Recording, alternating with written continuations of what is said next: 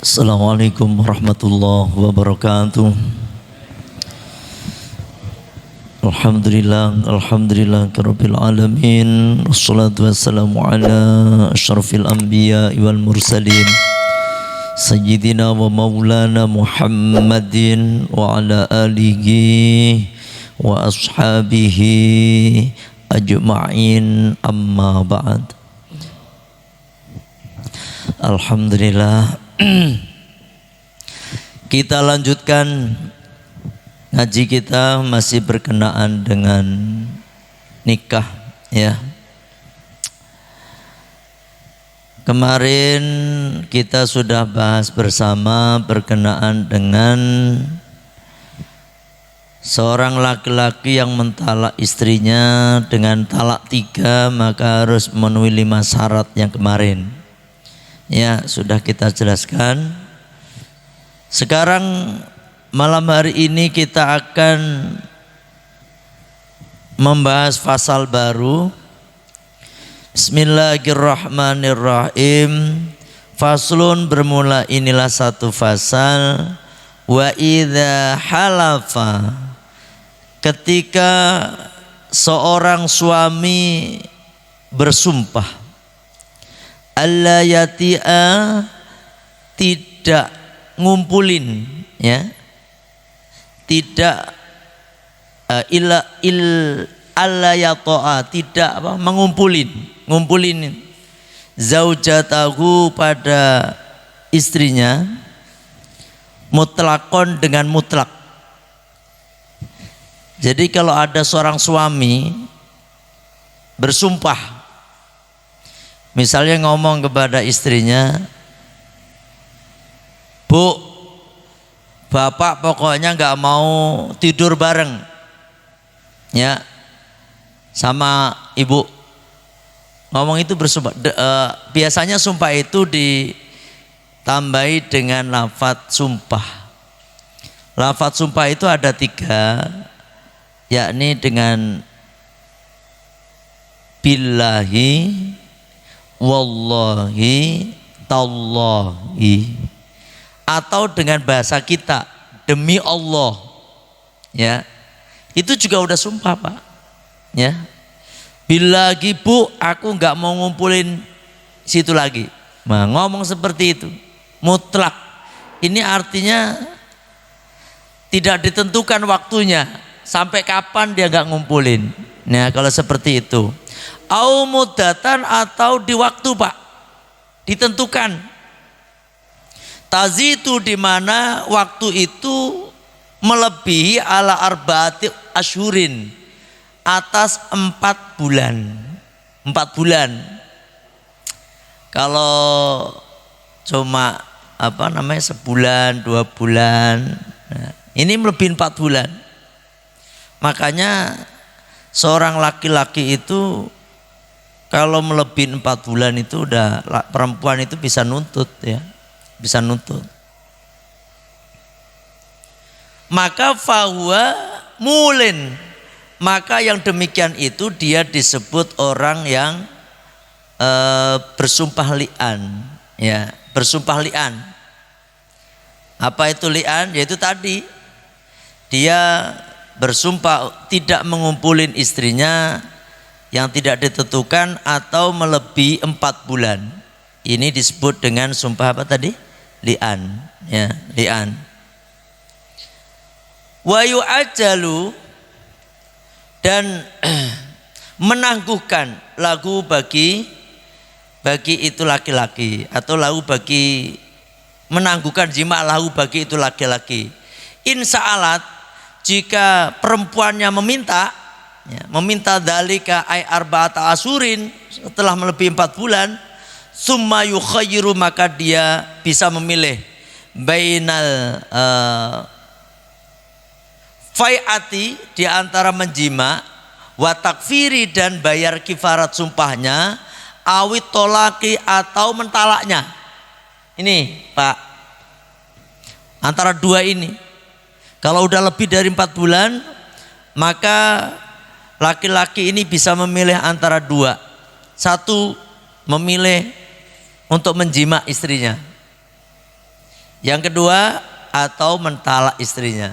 Jadi perempuan itu nggak boleh digantung, nggak boleh digantung. Namanya kifarat sumpah. Nah, kifarat sumpah itu apa? Kifarat sumpah. Kifarat sumpah itu dimana kalau bapak bersumpah melakukan suatu perkara apa, terus kemudian bapak itu nggak jalankan, maka bapak wajib membayar kifarat sumpah. Nah, kifarat sumpah itu ada 4 yang bapak bisa pilih. Misalnya ini ya, punten.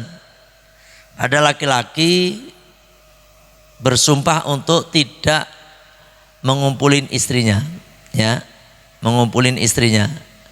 Ini nggak ditentukan. Kalau nggak ditentukan seperti itu, maksimal berapa tadi? 4 bulan. Atau ditentukan melebihi 4 bulan. Maka kalau laki-laki itu pengen kembali sama istrinya, maka hendaknya laki-laki itu menjima istrinya dan bayar kifarat. Kalau tidak, berarti nggak bayar kifarat Pak, ya kan? Nggak bayar kifarat, yaitu mentalak istrinya. Artinya memutuskan istrinya, ya.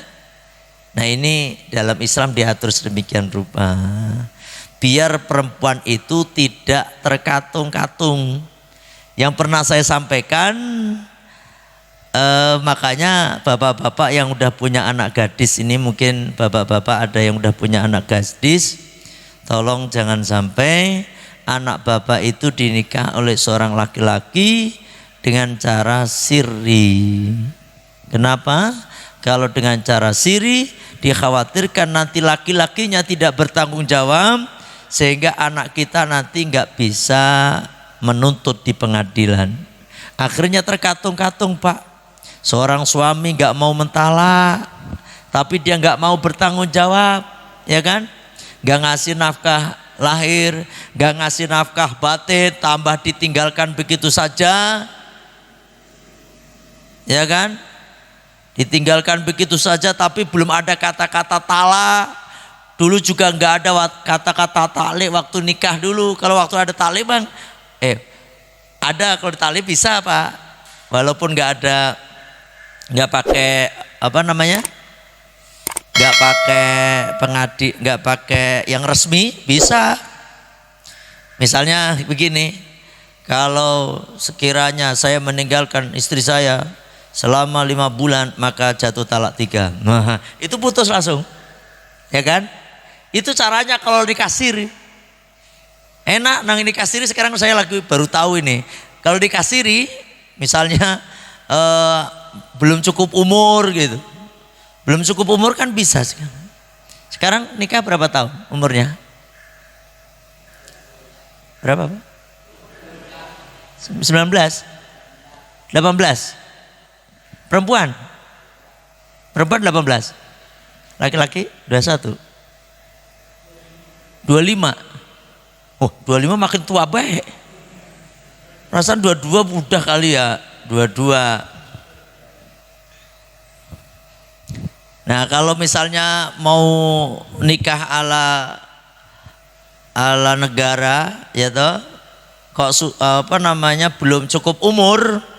Mungkin anak masih umur 16 tahun, harus ada sego taklik. Sego taklik yang menyatakan kalau dia harus disuruh ngomong sama bapaknya, kalau sekiranya saya tidak memberi nafkah baik lahir ataupun batin kepada istri saya, maka jatuh talak 3. Begitu. Otomatis kalau dia nggak ngasih nafkah lahir dan batin selama berapa tadi? 4 berapa? Gak ditentuin ya. Selama 4 bulan boleh, jangan lama-lama. Selama 4 bulan maka jatuh talak 3. Otomatis udah putus Pak. Udah putus, maka anak kita nanti bisa menikah dengan orang lain. Itu caranya. Jangan sampai nggak ada psikotali. Kalau nggak ada psikotali, Pak, aduh, susah. Anak kita akan terkatung-katung. Suaminya nggak mau mentalaknya, nggak mau mencerainya. Kita mau nutut ke pengadilan, nggak ada buku nikahnya. Nanti kan ditanyain di pengadilan, mana buku nikahnya? Oh Pak, saya nikah siri. Oh, nggak ada catatan, nggak ada buktinya. Ya bisa, ya kan? Di pengadilan. Kayak itu caranya ya. Nanti barusan saya tergambar.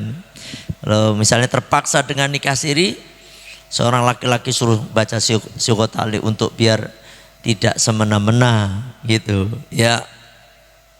Nah sekarang setelah lewat 4 bulan ya, setelah 4 bulan maka laki-laki bisa memilih antara 2. 1, menjimaknya dengan membayar kifarat sumpah. Yang kedua, mentalaknya. Kalau mentalak bayar kifarat enggak? Enggak. Oh enggak menjimak kok, ya kan? Kalau menjimak berarti kan dia sudah menyalahin sumpah. Nah, kifaratnya seperti apa? Bisa memilih antara 4 hal. Yang pertama bisa dicatat ya, bisa dicatat yang bawa buku. Yang enggak bawa buku bisa diingat-ingat ya.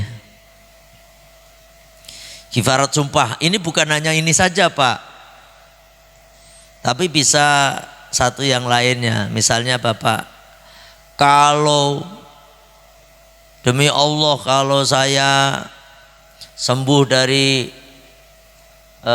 penyakit ya, maka saya akan apa bla bla bla bla bla. Padahal Bapak nggak bisa menjalankan, maka Bapak bisa membatalkan itu sumpah dengan bayar kifarat. Kifarat sumpah atau disebut dengan kifaratul yamin. 1 yaitu memberi makan 10 orang miskin. Memberi makan 10 orang miskin. Bapak bisa mengundang 10 orang miskin, Bapak kasih makan ya. Ringan saya kira. Dalam sehari kasih makan tuh orang miskin. Dalam sehari kita kasih makan. Hitungannya kayak orang bayar fidyah itu, ya toh? Orang bayar fidyah. 10 orang. Kalau enggak memberi pakaian 10 orang miskin. Tapi pakaiannya yang masih layak pakai. Ya, layak pakai, kalau bisa berpakaian yang baru. Ini kifaratnya. Yang kedua. Yang ketiga, memerdekakan budak. Ya, memerdekakan budak. Dan yang keempat, berpuasa 3 hari. Berpuasa 3 hari. Namanya kifaratul yamin. Yakni puasa 3 hari dengan niat untuk membayar kifarat sumpah. Gitu. 4 ini bisa Bapak pilih. Ya, bisa Bapak. Kalau memerdekakan budak udah nggak ada nih. Tapi bisa Bapak memberikan, ngasih makan 10 orang miskin, atau ngasih pakaian kepada orang miskin 10 orang juga pakaiannya Pak ya. Tapi kalau kelihatannya bisa membina rumah tangga ya lagi, alangkah baiknya membayar kifarat sumpah tadi. Kadang-kadang kalau laki emosi kayak begitu, laki-laki, demi Allah pokoknya saya nggak mau kumpul lagi, nggak mau tidur bareng. Itu sama aja loh Pak. Tidur bareng sama itu konotasinya ke sana. Kalau Bapak ngomong sama istri seperti itu, nah ini wajib bayar sumpah Bapak. kalau masih pengen melanjutkan pernikahan. Tapi kalau enggak, dicerai, ditalak. Itu dalam aturan Islam. Ada yang enggak jelas? Ini sumpah li'an namanya. Ya, sumpah li'an. Ada yang enggak jelas?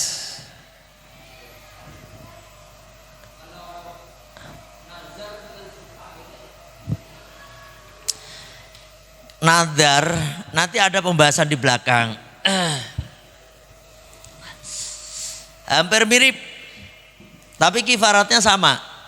Kifarat nadar dengan kifarat sumpah itu sama, ya, yaitu yang tadi. Kalau sumpah itu diawali dengan kalimat harful qasam tadi, billahi wallahi tallahi, demi Allah, ya, saya begini. Itu namanya sumpah. Kalau nadar itu melakukan suatu suatu perbuatan sunnah menjadi wajib. Itu nadar. Contohnya saya untuk sholat ngomong begitu. Contohnya sholat qobliyah subuh,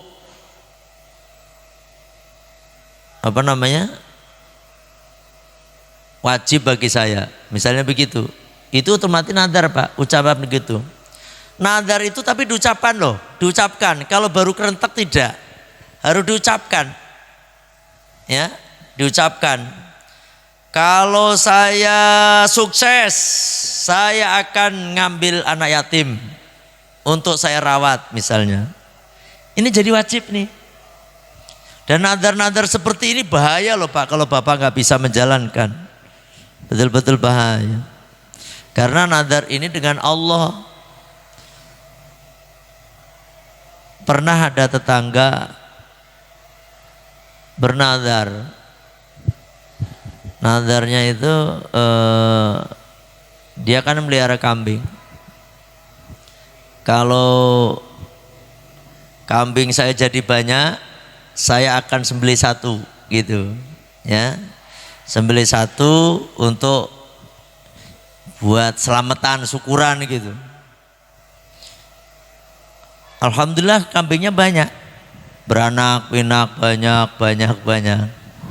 Saya tagih itu, ya, bukan saya nagih, saya ingetin, Pak, perasaan dulu Bapak ngomong kalau kambingnya sampean banyak, Bapak mau selamatan loh, menyembelih salah satu kambing loh. Apa katanya? Ntar aja letat katanya. Ntar aja kalau banyak lagi. Terus aja. Tar. Saya ingetin sampai 2-3 kali. Ya Allah, ya itulah orang ya. Nggak entah kenapa itu kambing banyak yang mati, Pak. Ya. Udah mau melaksanakan nazar, tambah mati pakai kambing. Ya kan? Karena ini urusannya dengan Gusti Allah, hati-hati. Ada orang mau nazar, punya CV dia. Dia bernazar, kalau CV saya maju, saya ngambil anak yatim. Mau saya ambil terus saya jadikan anak. Itu pun sama, saya tanyakan dia, nazar loh Pak, udah sekarang udah maju kan CV-nya? Anak yatim loh. Kelihatannya belum siap Pak Ustadz. Belum siap Pak. Saya itu kasihan, bukannya saya ngingetin kan karena saya kenal jamaah gitu. Sampai tadinya banyak nih, apa namanya ini? Pesanan, orderan, customer banyak. Udah beberapa kali diingetin, pas waktunya, karena waktu itu kan berjalan Pak. Itu kan udah naik tuh, dari yang tadinya 0 jadi banyak, punya karyawan segala. Terus dia nggak melihara anak yatim. Walhasil customer nggak tahu entah kenapa bangkrut. Nah itu Pak, ngeri. Makanya jenengan nazar itu harus dilaksanakan. Walaupun nazar itu salah satu bentuk pelitnya orang. Pelitnya orang. Karena kalau dia nggak seperti itu, dia nggak menjalankan itu gitu, ya kan? Itu kan pelit. Kayak tadi, kalau ini saya akan sholat sunnah tahajud misalnya, itu kan berarti kalau nggak seperti ini dia nggak sholat tahajud kan. Terus yang kedua kayak mengancam Gusti Allah gitu, kesannya kayak ngancam Gusti Allah. Nah, makanya sebenarnya nazar itu nggak baik, ya nggak baik. Tapi ya dengan cara baik-baik, ya Allah, saya bernazar ya Allah kalau saya dikasih anak, itu kan, saya akan bla bla bla bla bla bla. Itu nggak apa-apa sebenarnya. Tapi dengan niat karena Allah, ya Allah, dengan sungguh-sungguh lah. Ya. Biasanya dikasih kayak gitu. Dan kita sebenarnya nggak tahu yang terbaik untuk kita loh Pak. Ada orang waktu belum punya anak dia betul-betul ngempet pengen punya anak. Tapi setelah punya anak, ya Allah, dia susah dengan sendirinya. Anaknya nakalnya minta ampun, ya toh. Nah ini kalau kita kalau Allah bisa bilang begitu, kamu kan enakan nggak punya anak kan begitu.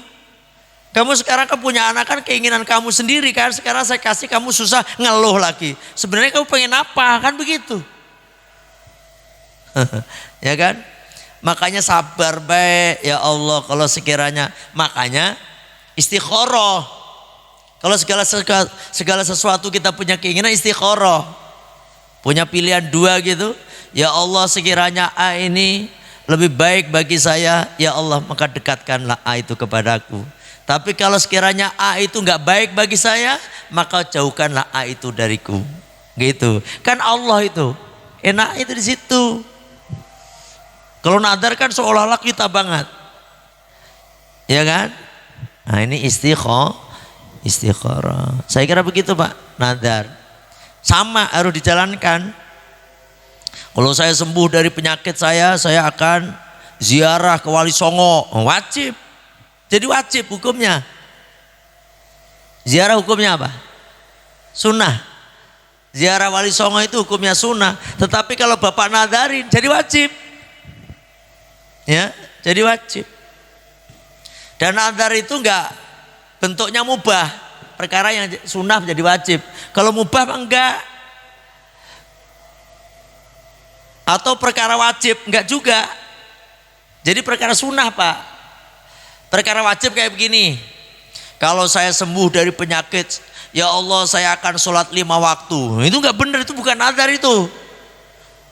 Bukan nazar, karena itu mau sembuh mau kagak, sholat wajib. Paham? Makanya perkara wajib gak bisa dinadarin. Ya kan, perkara sunnah boleh. Atau perkara buat nazar. Kalau saya punya anak laki-laki saya akan makan. Itu mubah Pak. Mau makan mau kagak terserah lu. Kan begitu. Perkara mubah. Ini adalah perkara sunnah yang Bapak kuatkan sehingga jadi wajib. Apalagi perkara haram, itu gak hitung nazar. Gak boleh. Kalau saya sukses saya akan nyembelih kerbau, kepalanya saya kubur di bawah pohon beringin. Itu tuh haram. Ya, haram. Haram nggak kayak gitu? Kenapa haram? Karena seolah-olah pohon beringin itu punya kekuatan. Yang kedua, apa tadi? Menyia-nyiakan harta. Kepala sapi itu mendingan dimakan Pak, jangan dikubur-kubur baik. Nah itu makanya haram, nggak boleh dijalankan. Dan itu bukan nazar, ya. Dan itu bukan nazar. Tapi kalau sumpah, Bapak bersumpah wajib bayar kifarat sumpah. Itu Pak Rahmat, ya. Kalau nazar tadi tergantung apa niatnya tadi, ya. Ada yang nggak jelas? Silakan Pak.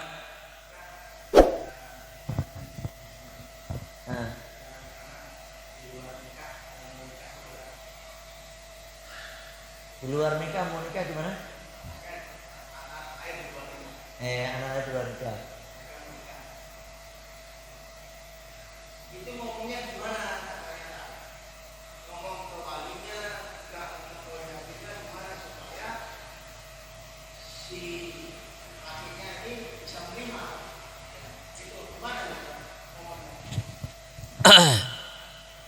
Ya harus jujur.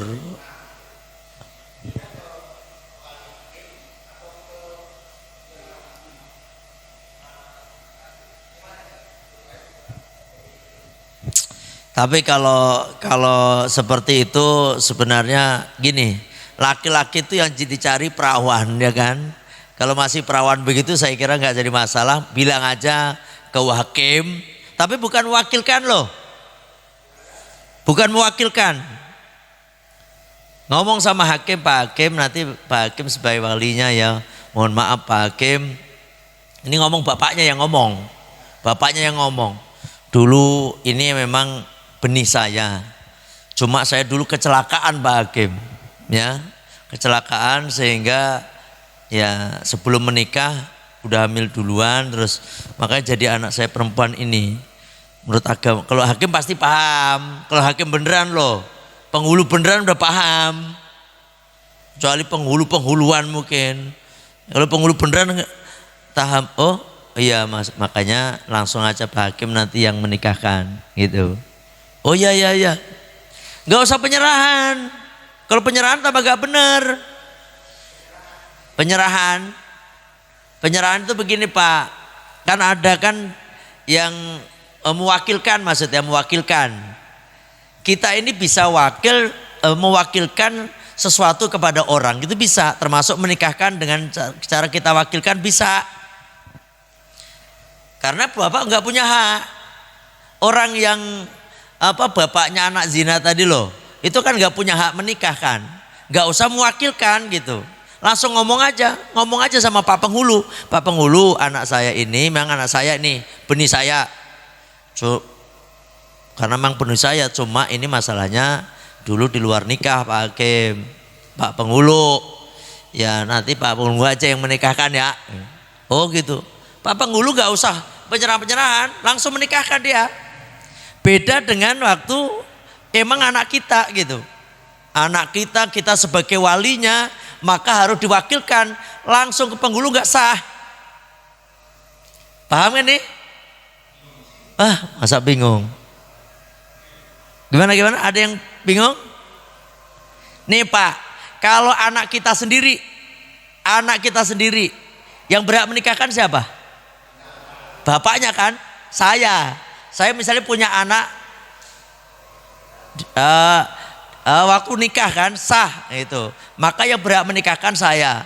Nah ketika saya pengen yang menikahkan hakim, saya menyerahkan, Pak Hakim, Pak Penghulu, tolong anak saya dinikahkan, ya kan, sebagai wakil saya. Kata si Pak Penghulu, saya terima Pak yang mewakilkan kepada saya untuk menikahkan putra bapak, begitu kan? Tapi kalau anak misalnya naudzubillah min dzalik di luar nikah, ya kan, saya gak cuma ngomong doang, gak mewakilkan, tetapi ngomong Pak Penghulu, ini anak bukan anak saya, ini dulu kecelakaan bla bla bla bla, maka Pak Hakim aja nanti yang menikahkan. Paham gak? Nah, jelas Pak? Jelas kan? Bapak jelas? Kalau nggak jelas nanti bisa telepon saya lagi ya. Nah itu, jadi kita karena ini bapak yang anak zina tadi yang berhak menjadi wali adalah hakim atau penghulu. Bapaknya nggak berhak selain penghulu tadi, makanya nggak perlu diwakilkan, otomatis sudah menjadi tugas penghulu, cuma ngomongin aja, ngomong doang gitu loh. Pak Penghulu, ini anak di luar nikah Pak Penghulu, nanti langsung dinikahkan. Nggak usah ngomong calon suaminya juga, nggak usah. Calon suami juga nggak paham, tahu-taunya juga nikahnya begitu kan. Sebabnya kalau ngomong sama suaminya, calon mantu itu tadi, nanti tambah jadi berabe, dia juga suka sama kita lama-lama. Wah mertua gak tahu jawab dulu begitu. Mertua gak bener ini, Akhirnya begitu, udahlah ngomong aja. Dan bapak di situ aja juga nggak apa-apa. Tapi kalau wakil, bapak habis mewakilkan nih kepada penghulu, bapak harus keluar dari arena pernikahan itu. Pak penghulu, tolong anak saya dinikahkan ya, saya mewakilkan kepada Pak penghulu. Pak penghulu nerima. Udah ya Pak penghulu ya, terima kasih ya. Terus kita pergi. Jangan ada di majelis nikah itu. Kalau itu nggak sah tambah.